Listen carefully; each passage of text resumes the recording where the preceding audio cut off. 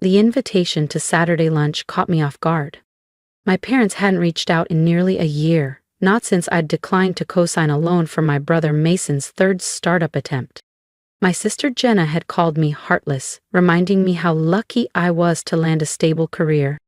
They all conveniently forgot that I'd clawed my way through undergrad and law school while working 2 part-time jobs and living out of a shared studio apartment. Meanwhile, my parents had quietly paid off Mason's credit card debt more than once and helped Jenna with a down payment on her condo in Scottsdale. Still, something about my mom's voice on the phone made my stomach tighten. After 12 years as a defense attorney in Chicago, I trusted my instincts. This felt like a setup.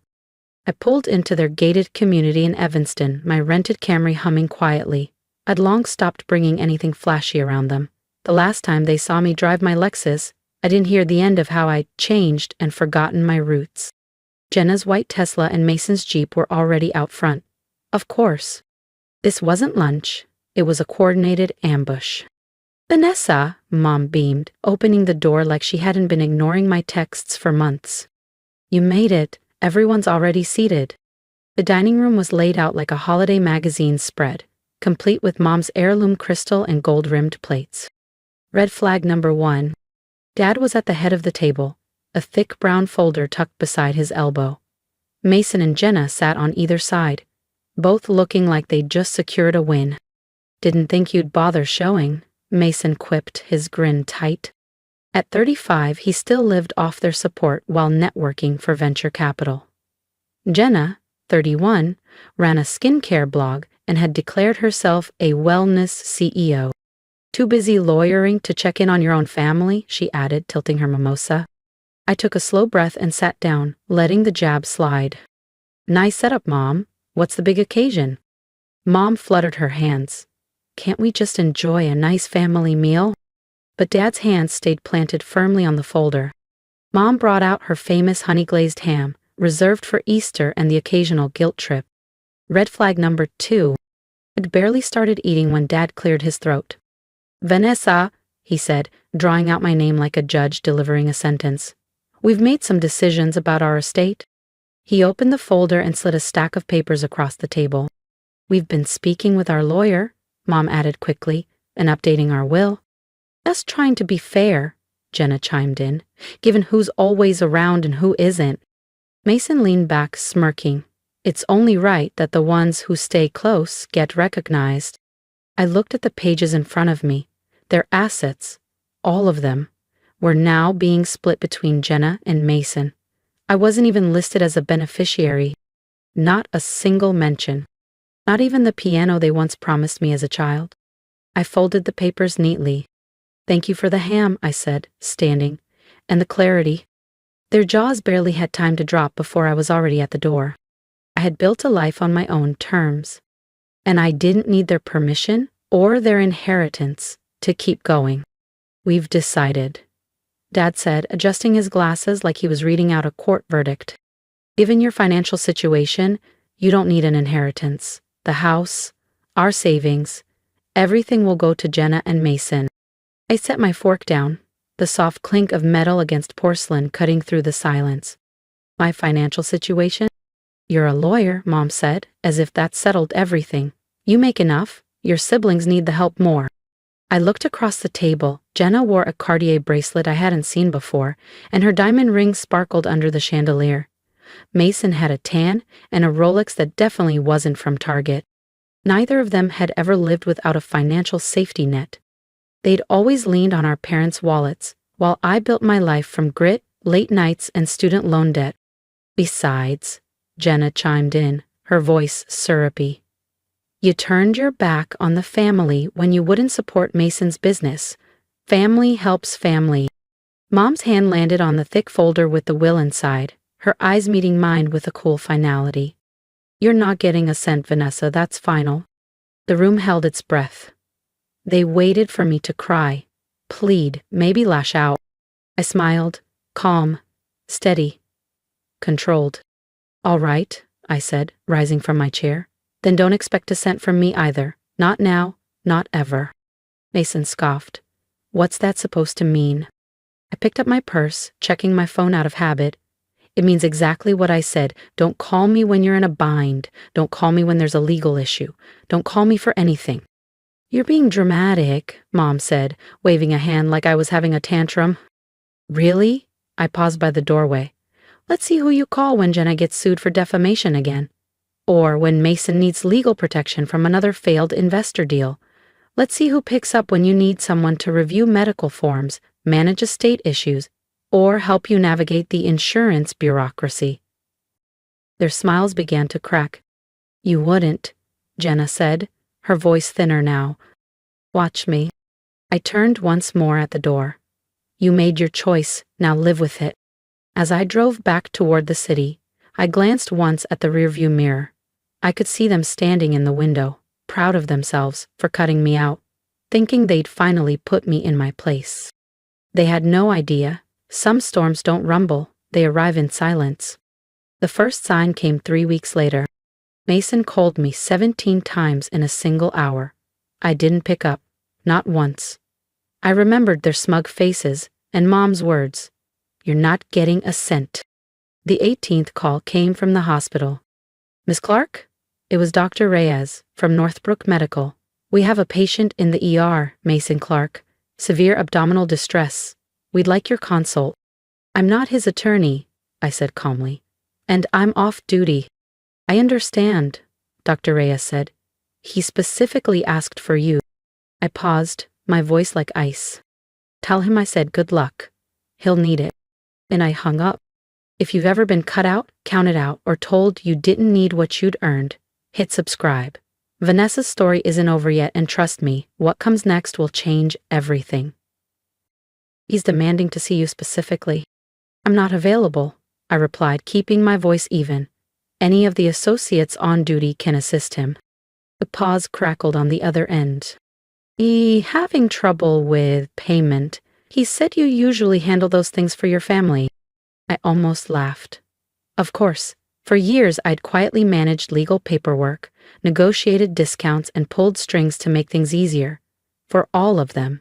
They never knew how often I intervened before things spiraled. Not anymore.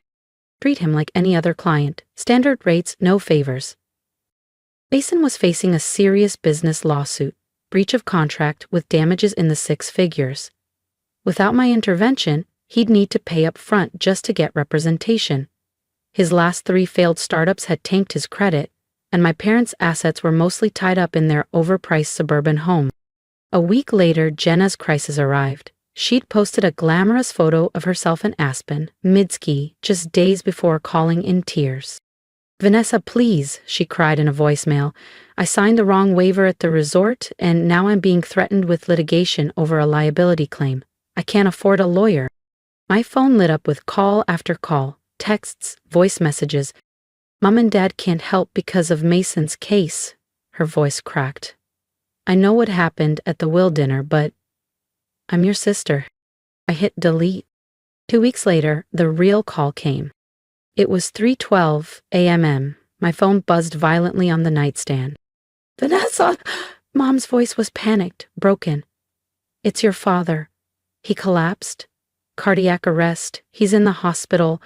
They say he needs surgery immediately, but Vanessa, they want $150,000. 0 cents for the procedure. And the top surgeon? They said he only works by referral. You know him, don't you? I was already at the hospital. I'd been notified when he was admitted, my name still flagged in the system as a professional contact. I stood outside his room, watching through the glass as he lay unconscious, hooked to beeping monitors. The best cardiac surgeon, I said into the phone, is Dr. Ellis. Yes, I know him. He takes referrals from people he trusts. From me?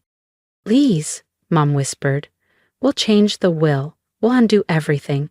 Just tell them to help him. I stared through the window at the man who had signed away any support for his daughter.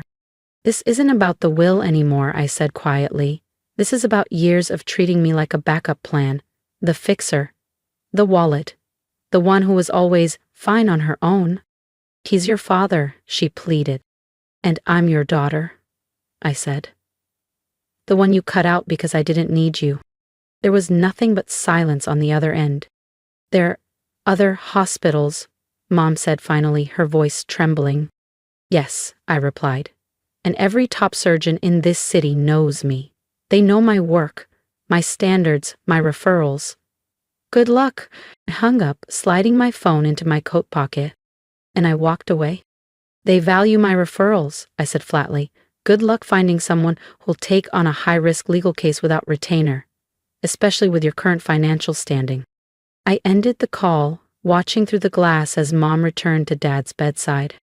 She looked smaller somehow, older, hollowed out by the reality they never thought would come. Jenna and Mason huddled in the corner, whispering frantically. The storm they'd never believed in had finally hit. And I wasn't coming with an umbrella. The nurse passed by and paused.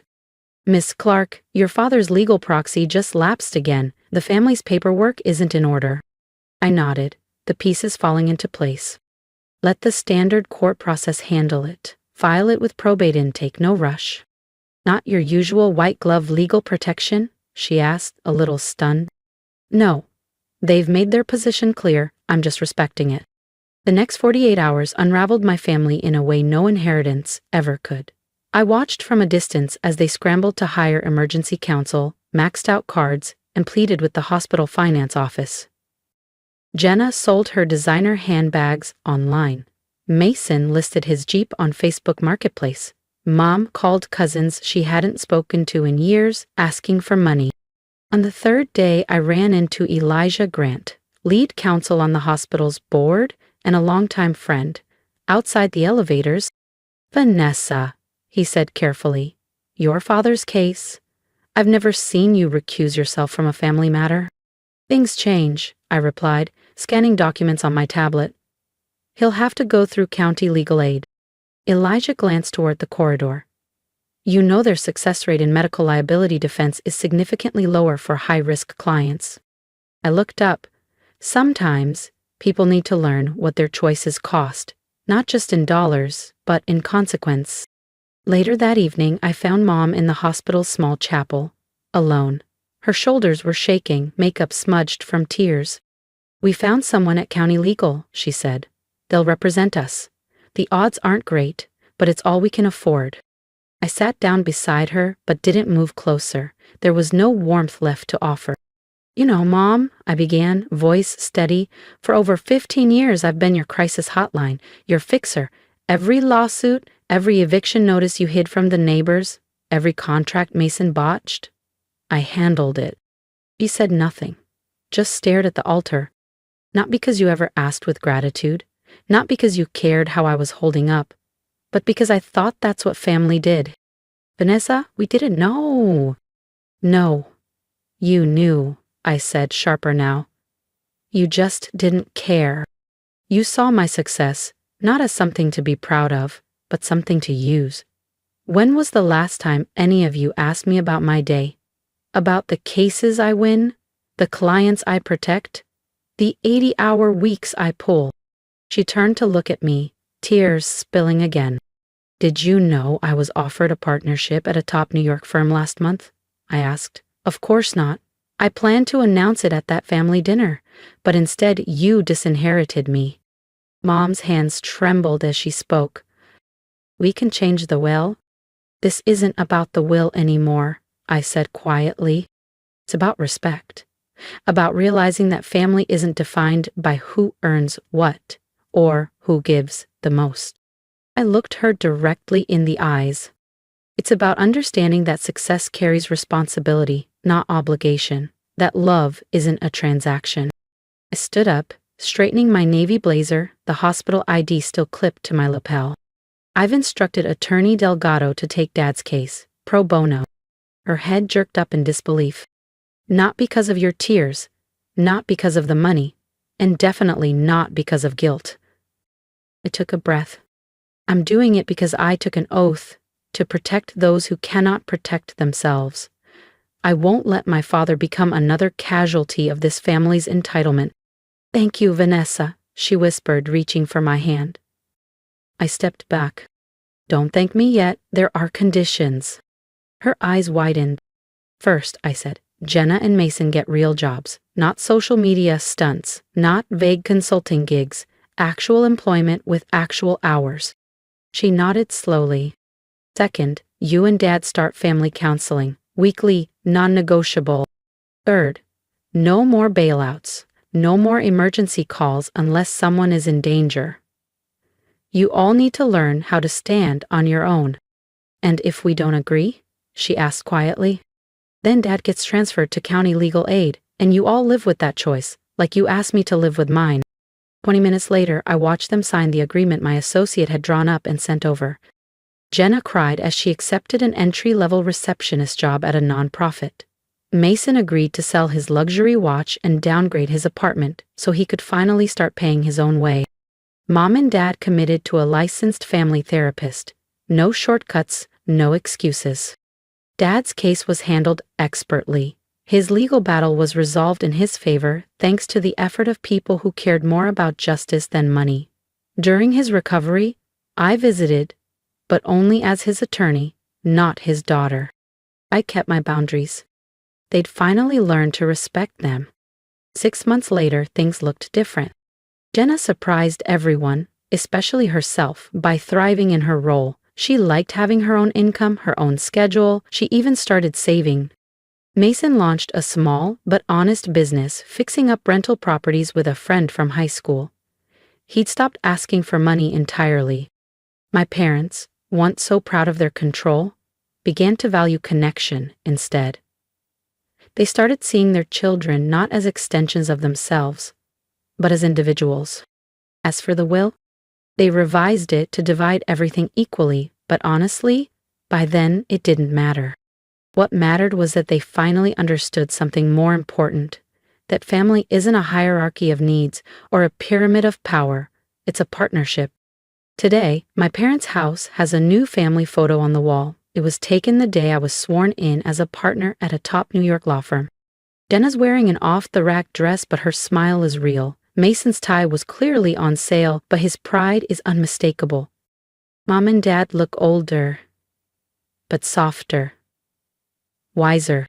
And me, I'm standing at the center, not as their piggy bank, but as Vanessa Clark, Esquire, partner and daughter. Not just seen, but finally respected. Sometimes, the hardest lessons require the strongest boundaries, and sometimes it takes hitting bottom for a family to rise. They never tried to use me again, because what they gained was worth more than money. Mutual respect, real growth, and a love that didn't have a price tag. The will now sits forgotten in a drawer, because the true inheritance? We're building it together. If you've ever carried the weight of a family that took your strength for granted, leave a comment. I want to hear your story too. Tell me how you found your voice, how you set your boundaries, or how you're still learning to. And if this resonated with you, subscribe, not for me, but for you. Because sometimes, the greatest power we have is choosing ourselves, without guilt. Keep building your life with grace, strength, and unshakable self-worth. We're in this together.